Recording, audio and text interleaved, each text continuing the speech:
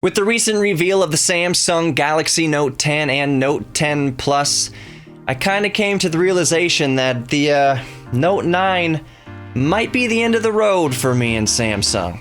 Now, I'll explain while you consider hitting that subscribe button.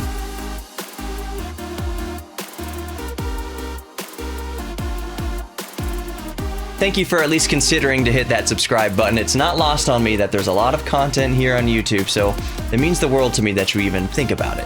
So I'll begin this argument with accepting that this may not be popular opinion. So if you like this video, awesome.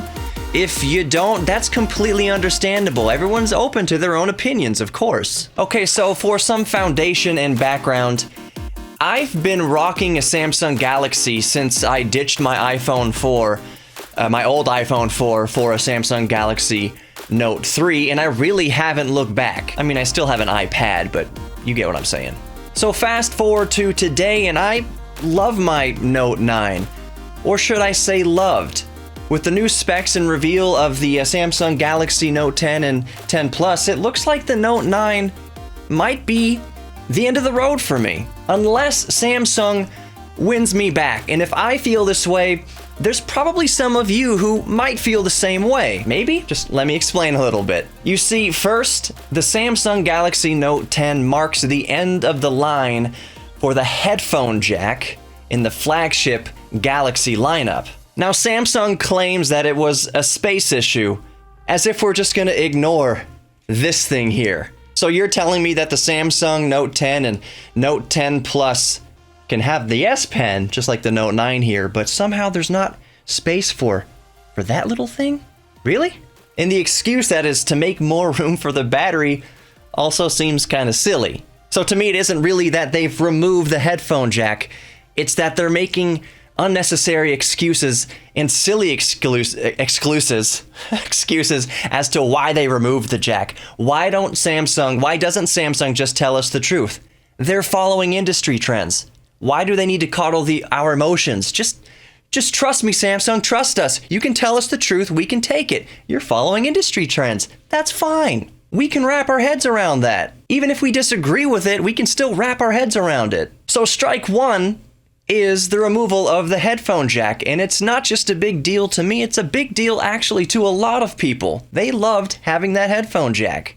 So the next two strikes might affect fewer people, maybe, but I am definitely one of them. So strike two for the Note 10 and Note 10 Plus is the combination power/Bixby button. Usually, it used to be that the Bixby button was a dedicated button here on the side of the Note 9.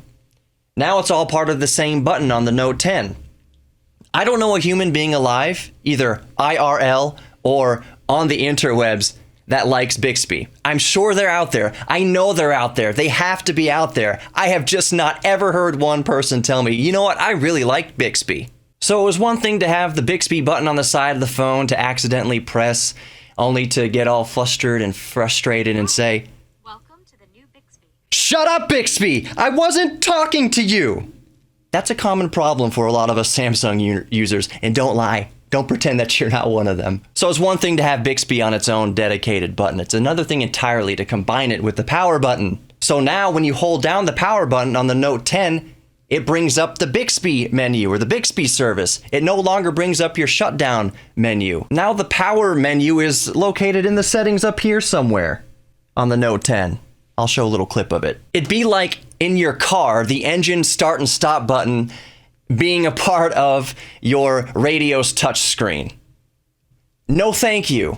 So that Bixby power button, that's definitely strike two for some people at least. Okay, so strike three may only be a big deal for photography enthusiasts and people who like full control when shooting video. And Samsung owners, you know what I'm talking about here. To me, it's the biggest strike on the list, and ironically, it would be the easiest thing for Samsung to fix with a simple over-the-air update. If they just brought this feature back, I could forgive the headphone jack issue and the power Bixby button issue.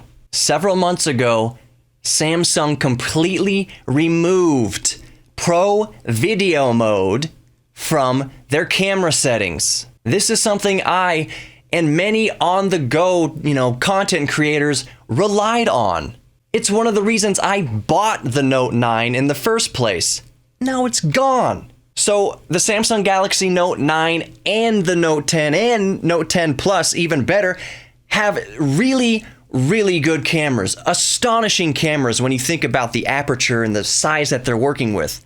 It's really crazy how good the cameras are on these phones. So why would they remove our control of that? Pro Video Mode allowed you to tweak things like the ISO, the shutter speed, the white balance, the focus, all sorts of things. A lot of us relied on this, and despite outcry from the community, Samsung is virtually silent that they'll bring it back, if ever.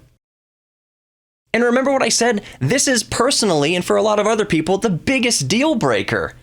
And they could fix it in the next hour if they really wanted to. This feature could be fixed before you get up off the toilet right now. I know some of you are doing that. I ain't looking. You should tip your plumber this Christmas. Yes, I know there are third-party camera apps that give you these features on the Note 9 and most likely, of course, the Note 10. But in my experience, these apps have been flaky at best, even the best of the apps. But Samsung just did it so well. They did a lot of things so well. So it's kind of concerning to us who, love Samsung and have used Samsung for years. It's kind of concerning to see them following the trend when they've been kind of pushing off the trends for so long, holding off the trend. The headphone jack? It's not about being brave anymore. So really what it boils down to is I do love Samsung. I still love Samsung. I have recommended Samsung to many of my friends and colleagues over the years. And remember what I said, I can even forgive the headphone jack. I've got Bluetooth headphones. I can forgive the Bixby power button thing. But the Pro Video Mode, that was really, really unnecessary. That was really a shot in the gut. And if Samsung doesn't bring back Pro Video Mode, the Note 9 is probably the end of the road for me. And I know I'm probably not alone in that. Samsung, if you're listening, I'm going to zoom in here. Samsung, if you're listening, please bring back Pro Video Mode. Please let us know. Just tell us, make a public service announcement or something to your customers.